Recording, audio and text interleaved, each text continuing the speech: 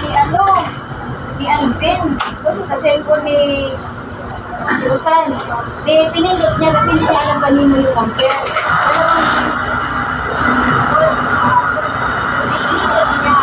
Tapos ako pinasagot. Sabi ko, sino to? Sabi niya, ay si ano po si Lynn. Sabi Lynn. Lynn na kasi hindi ko pa naalo. Lynn? Lynn. Ay, yan mo, damit mo. Siguro, saan galing yan? Ano? Ay, mata. Tingnan mo yung damit mo siya. Ang daming bilid. Ang pangalan yan? Lynn. Sabi niya, si Lynn to. Tapos sabi ko, si Lynn. Bakit ka tumawag? Sabi niya, hindi po, ikaw po ang nag-discall sa akin. Sabi ko, hindi ako nag-discall sa'yo. Ikaw ang tumawag. Dito, dalawang beses. Hindi ko talaga, kaya ako tumawag. Kaya nag-discall ka. Sabi ko, ha? Sabi ko, hindi ako nag-discall. Sabi ko, taga-saan ka ba? Sabi ko sa kanya, sabi namin niya, taga-ano mo ako? Yung sa Bondo, ang lugar na yun, ay Undoy. Taga-Undoy po ako. Tapos, nagtatrabaho po ako sa Teresa, sa isdaan. Sabi niya, saan ka ba? Sabi ko, taga-Teresa. Nagsinungaling ako, hindi ko alam po sabihin. Taga-Teresa din. Sabi niya, ay di, may kilala kang ganitong pangalan. Sabi ko, hindi kilala yun eh. Adil? Ang pangalan sinabi niya. Tapos sabi niya, ito ang asawa mo ay ano? Boy Ansel? Boy Ansel daw. Sabi niya, di ba ang asawa mo Boy Ansel? Sabi niya sa akin. Sabi ko, oo, bakit? Sabi niya, ay siguro, diyan ako nakakuha ng motor sa asawa mo. Sabi ko, anong pangalan ng asawa ko? Ayan, napilan mo. Sabi niya, Parang ba? ay, binalik siya ang pangalan. Sabi ko, ay, hindi ka ng pangalan ng asawa ko. Sabi niya, Nagsisinungaling kasi. sabi niya, ay, iba pala yun. Dapat kumayan ito eh. Tapos, laman ko na ang boses. Asawa ko lang ni Alvin dati. Why? Nagpalingin ka pa. Oo. Salina ka pala. Hindi na nagpapakalan niya. Short, Alvin. Tapos sabi ko, sasabihin ko sana, may kilala kang Alvin doon sa bahay ko. Baka mahalata na ako eh. Sabi ni Susan, dapat inanong mo ang bibig. Tanong mo ang bibig Alvin. Sabi ko, hindi mahalata na tayo. Kaway ka rin mo. Kasi lumaling na tayo eh. Para hindi siya mabugin. Sabi ko, tingnan mo doon sa cellphone ni Alvin. Kung yung sakilyan, na ganyan. Ibig sabihin ay, nag-uusap sila. Kasi sabi ko sa kanila, nag-uusap sila. Yung babae nagsabi, hindi ko totoo mo. Sabi ko, bakit Susan? Iluluko ka lang talaga na.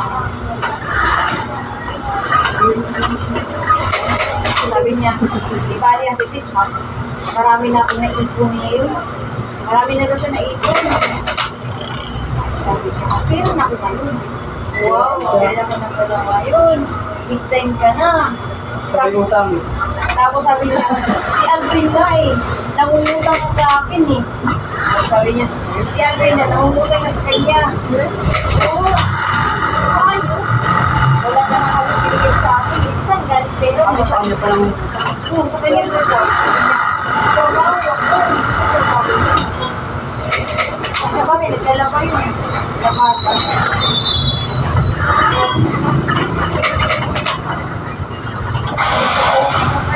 Tapos sabi niya, yung yung taga sa amin, may utang sa akin 3,000. Tapos, nagbayad siya ng 1,000. May utang pa siya ng 5,000. Ha? 3,000 utang niya. Nagbawas siya ng 1,000. May 3,500 pa siya. Tapos sabi niya, yung dati pa yun. Ano dati? Hindi marunong ko siya bilang yung tinang pera. Kaya may scam lang siya. Kaya yun, nakautang siya ng pera. Tapos hindi marunong ko bilang. Sabi ko, ewan ko sa'yo saan. 3,000 utang. may natira pang paper. Yun. Nadagdagan. Naragdagan pa ng 500. Nagbayad pa lang. Nagbayad na ng 1,000. Na 500 pa rin ang nadagdag.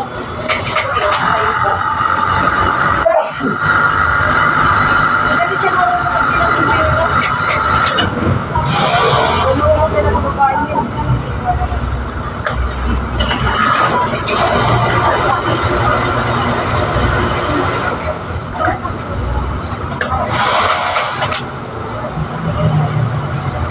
Kahit ano, hindi siya marunong